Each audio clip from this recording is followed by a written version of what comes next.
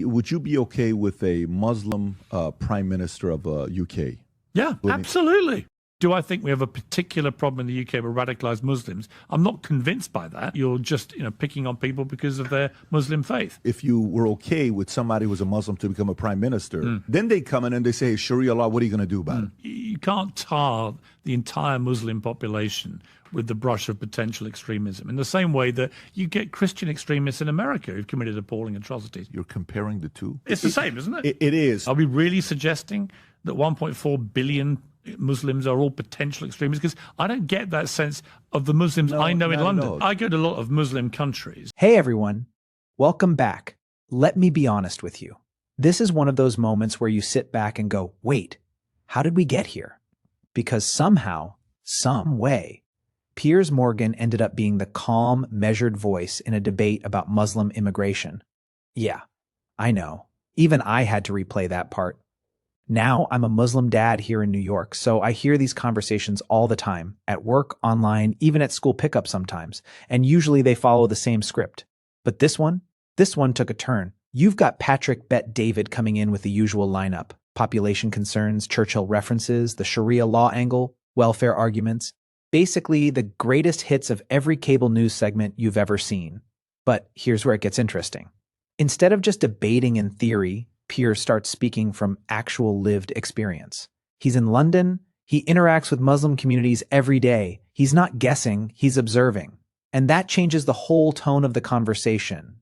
Then comes that moment. Piers brings up how the United States played a role in destabilizing Iraq, based on claims that didn't exactly age well, and how that decision didn't just stay over there. It created ripple effects, refugee crises, real human consequences. And when he said it, you could feel the room shift. Because sitting right there is Patrick Bet David, a man who came to America as a refugee himself. So now this isn't just a debate with talking points anymore. It's personal. It's layered. It's a little uncomfortable. And honestly, those are the conversations that matter. As a dad, I think about this stuff differently. I'm not just listening for who wins the argument. I'm thinking about what kind of world my kids are growing up in. Are we having real conversations or just repeating headlines? If you're here for the moments where things get tested, where the script breaks and people actually have to think, you're in the right place. So go ahead, hit that subscribe button, drop a like, and let's get into it. Now, watch this. Is estimated Muslim population in UK by percentage from 83 till today. I'm sure you've seen this. 500,000 in 83, 1%.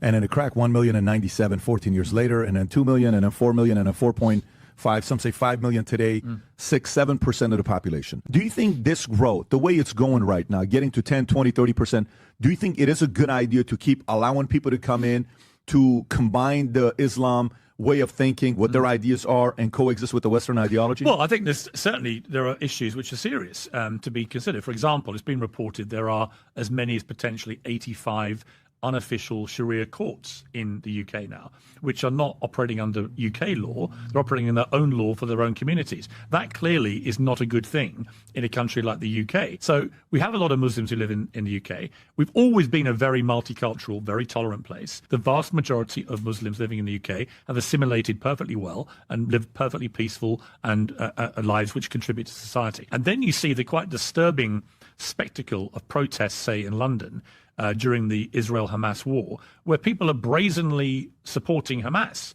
in these protests. And, Hamas is a prescribed terror group in the United Kingdom. That should be not happening. The sweeping migration, much of it coming from countries that have been at war, whether it's Syria, Iraq, or wherever it may be. But you've had millions and millions and millions of people deposed from their homes or fleeing war-torn situations and sweeping across the continent of Europe and wanting a better life for their families, which I completely understand. But it has got unsustainable. If you ask the Muslim Council of Britain, it'll say that 75% of Muslims in Britain have assimilated and see themselves as Brits. Yeah. I'm a Brit. I consider myself proud Brit as well, but 25% don't, depending on the numbers you look at. How would Winston Churchill today, would Winston Churchill be tolerant with the borders? Would he be like, yeah, it's okay, let him come in? No. Would he handle the threat? And think about how his wiring was. This is your world. Yeah. What do you think he would have done today? No, I think he'd have been tough. I think he'd have been very... In what way? Well, I think he'd have been very protective of our borders in a way that was very protective against the threat of Nazism to our way of life. What would Churchill have done? What do you think he would have done? I think what would he have done? Seriously, what do you think he would have done? Just think his profile. I certainly think right now he would have put the clamps down on more people coming would in. He have except sent, in exceptional circumstances. Would he have sent anybody back from the 7% that came here? How would he have treated some of the criminals? How would he have treated some of the some of the stuff that's going on? So I would say he certainly wouldn't have just picked out the Muslim community. We have a lot of different religions, nationalities living in the UK. I don't think he would have singled out Muslims. I think what he would have taken a more pragmatic view and gone, we have too many people in this country now. There's too much pressure on our public services. Some people are going to have to leave. I don't know why they're not sort of tougher on the French. You've got to do a deal with the French on this. You've got to say, look, sorry, you're letting all these people get on these boats. Once they're at sea, there's hardly any way to stop them. And then once they wash up on our shore, they are legally allowed to remain as potential asylum seekers. Would you be okay with a Muslim prime minister of UK? Yeah. You'd be okay. That wouldn't do anything. Absolutely. Yeah. So that's your concern isn't that at all? No, not at all. No, listen, I don't want to radicalize Muslim running the country. I don't want to radicalize anything running the country. There's a lot of radicalized elements of all religions, of all nationalities. Do I think we have a particular problem in the UK with radicalized Muslims? I'm not convinced by that. I think there are radicalized Muslims, and clearly the Muslim population is rising exponentially fast compared to other populations. So we are going to have to look at this and say, well, what do we do about this going forward in a way that you don't look like you're just picking on people because of their Muslim faith? I respect the tolerance that you have of what could happen to Brit long term, because I think sometimes when you're in it and it's gradual, like the whole thing about you put a frog in a boiling water and you boil it slowly, and then boom, he's dead. It's too late, right? I think sometimes when people are in it, they're like, yeah, well, it's okay with this, it's okay with that, it's okay with this. I think UK is flirting with being intolerant, and it'd be interesting to see who would rise up and want to do something about it. Well, look, I go to a lot of Muslim countries. I've been in Saudi Arabia. I've been in To me, Qatar. the biggest thing is the extremists. It's not a... No, exactly. Here's my point, though. But also, they have zero tolerance of people wanting to operate under their own laws when they go to those countries. For example, so the whole debate about Sharia law and so on, I can understand why a lot of Brits get exercised about that, because if I went to Saudi Arabia or Qatar or somewhere and decided I would ignore the country's laws and operate under my own laws while I was there, you wouldn't get away with it for very long. So why would you be okay with that? Why would you be okay with that? Well, I wouldn't. No, but what I'm saying is, so if you were okay with somebody who's a Muslim to become a prime minister, and then say they're the noble one, right? And they're coming in, they actually love Britain, but it opens it up, and an extremist like, I want to get in, then they come in and they say, hey, Sharia law, what are you going to do about it? Then what? Because you're making it a step ahead. Yeah, but I don't think you can't tar the entire Muslim population with the brush of potential extremism in the same way that you get Christian extremists in America who've committed appalling atrocities. I don't assume that every Christian, I'm a Christian, I don't assume that every Christian in America is a potential extremist. I just think there's got to be a more... You're comparing the two? No, I'm just saying extremism is extremism. Isn't it? Isn't it? It is. Well, it's the same, isn't it? It is. No, I think extremism is extremism. To me, that's not the part of it. But when you look at the percentage of who is, like, for example, in America, do you remember the story about the Japanese when they went to the World Cup? What were they doing afterwards at the end of the game? They were cleaning up the arena. Everybody's like, what are they doing here? That's what we do in Japan. So would I want 1,000 Japanese neighbors? Yes. They are their own people. They raise kids. They go and work. They don't hate America. They don't get up there and, commit terrorist crimes. You don't hear stories like that from them. They just go and do their part, right? But I would argue this back. Right? So I went to the Qatar World Cup, for example, for a week. Felt completely safe. There was no hooliganism whatsoever. But that's not the same as the extremists. These are two different... No, I agree. But again, I think there's extremists everywhere attached to all different groups. And I would say that I like the way the Middle East has been opening up in the last decade. I think it's exciting. It's dynamic. I just interviewed Cristiano Ronaldo in Riyadh at his home there. One thing he said, it just feels really safe. And it feels like it's opening up in a way that's good for families and everything else. And I think that's great. I don't like the tinge of you're all potential extremists until you prove otherwise. No, because I think it's unfair to a whole... I mean, how many Muslims are there in the world? 1.4 billion? Are we really suggesting that 1.4 billion Muslims are all potential extremists? Because I don't get that sense of the Muslims I know in London. I walk down my high street in London. There are Muslims running all sorts of different businesses. Okay. And honestly, they're not... If we look at immigrants that come to America, what percentage of them are on SNAP the most? Have you seen this chart? No. Food stamps by ethnicity. 45.6% of immigrants from Afghanistan are on SNAP.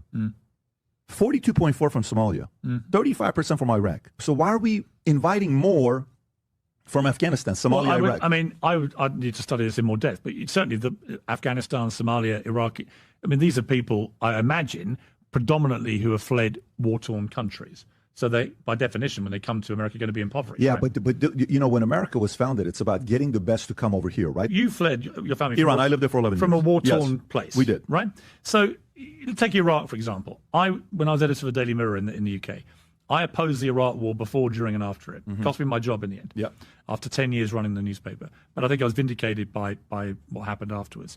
That war was fought on a false pretext. Saddam Hussein had weapons of mass destruction. They never found them. So and also there was this kind of subliminal, we need to respond to 9/11. We can take out Saddam. I never saw that connection. It seemed to me completely wrong. So I look at Iraqis, right, who were displaced by a war, which many people, including me, would say was an illegal war in their country that caused utter devastation.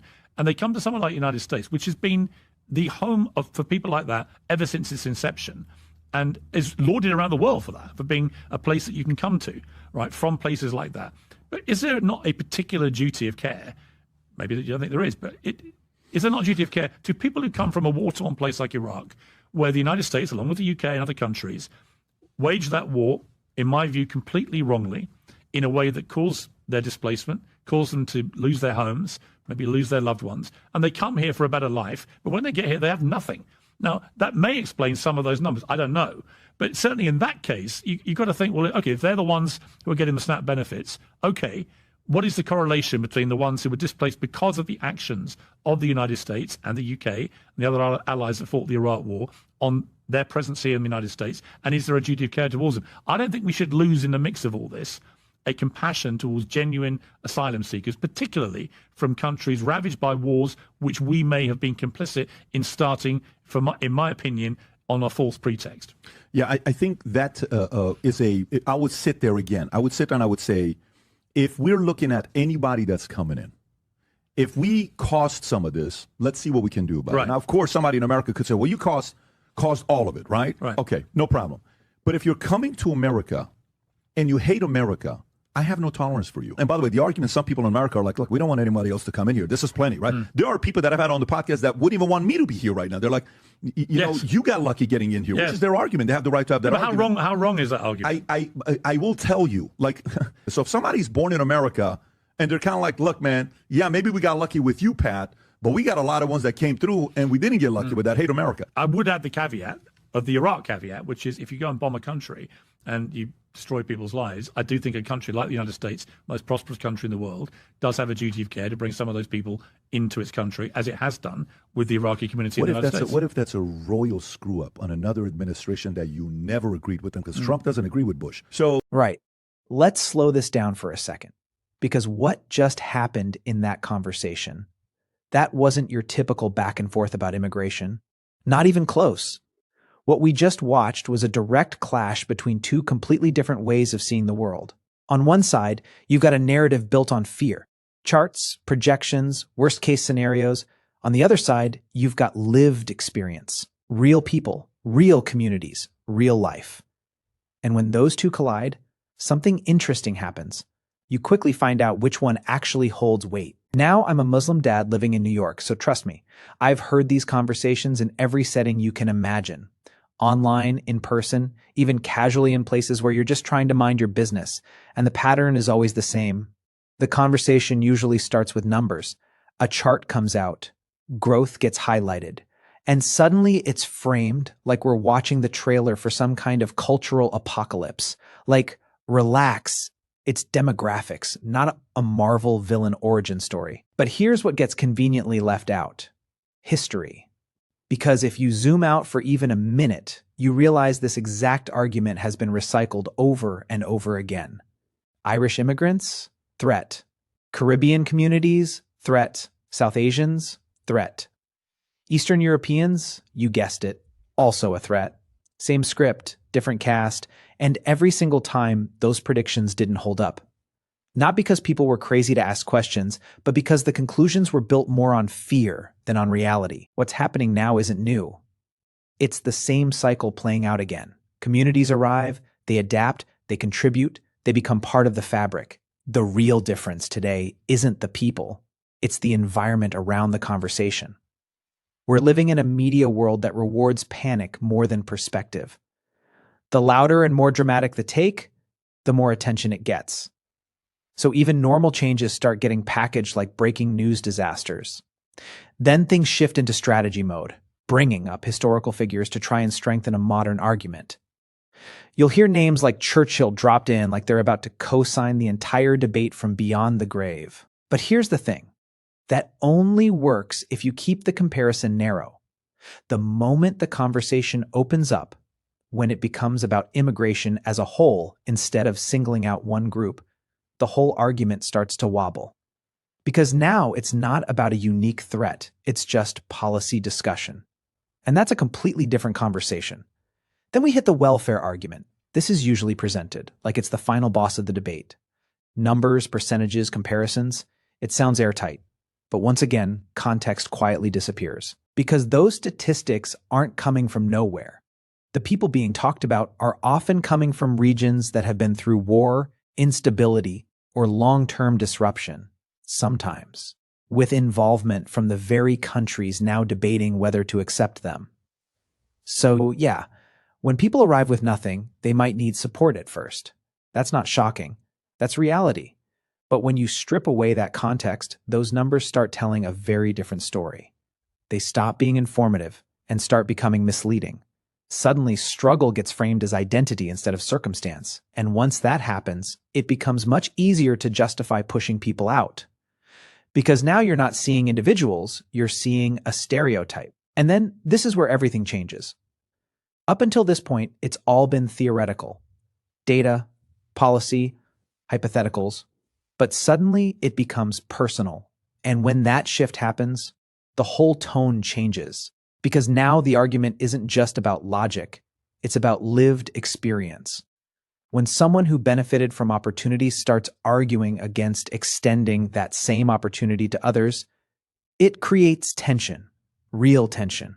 Not the kind you can just talk your way around. You can feel it. The energy shifts. The confidence starts to look a little less solid. And what seemed like a strong position begins to feel a bit fragile. Then there's the bigger fear that always comes up. The idea that one person, defined by their religion, could somehow reshape an entire democracy.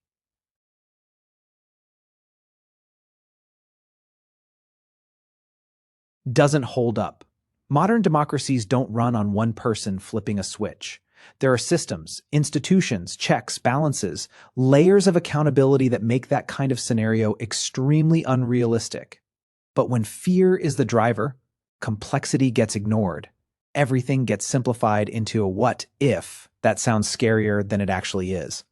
And that brings us to the core of what we just saw. This wasn't just a debate where one side had better talking points. This was a real-time stress test. Because fear-based arguments rely on simplicity. They need things to stay black and white. But the moment you introduce history, context, and real-world experience, that simplicity starts to break. Edges blur. Certainty fades. And suddenly, what sounded convincing at the start doesn't feel as solid anymore. And that's why moments like this matter, not because they magically change everything overnight, but because they show how these arguments perform when they're actually challenged. When they're forced out of echo chambers and into reality, and more often than not, they don't hold up. That's exactly what happened here. This wasn't just disagreement, it was pressure. And once that pressure was applied, those arguments started to fall apart piece by piece. Because at the end of the day, when you strip everything back, no framing, no shortcuts, no emotional packaging, what's left has to stand on its own. And in this case, it didn't. Now, if you're into breakdowns like this, where we don't just react, but actually think through what's being said, then you already know what to do. Hit subscribe, turn on notifications, drop a like if this made you pause for a second, and share it with someone who needs to see it. Conversations. We're holding them to a higher standard, and we're just getting started.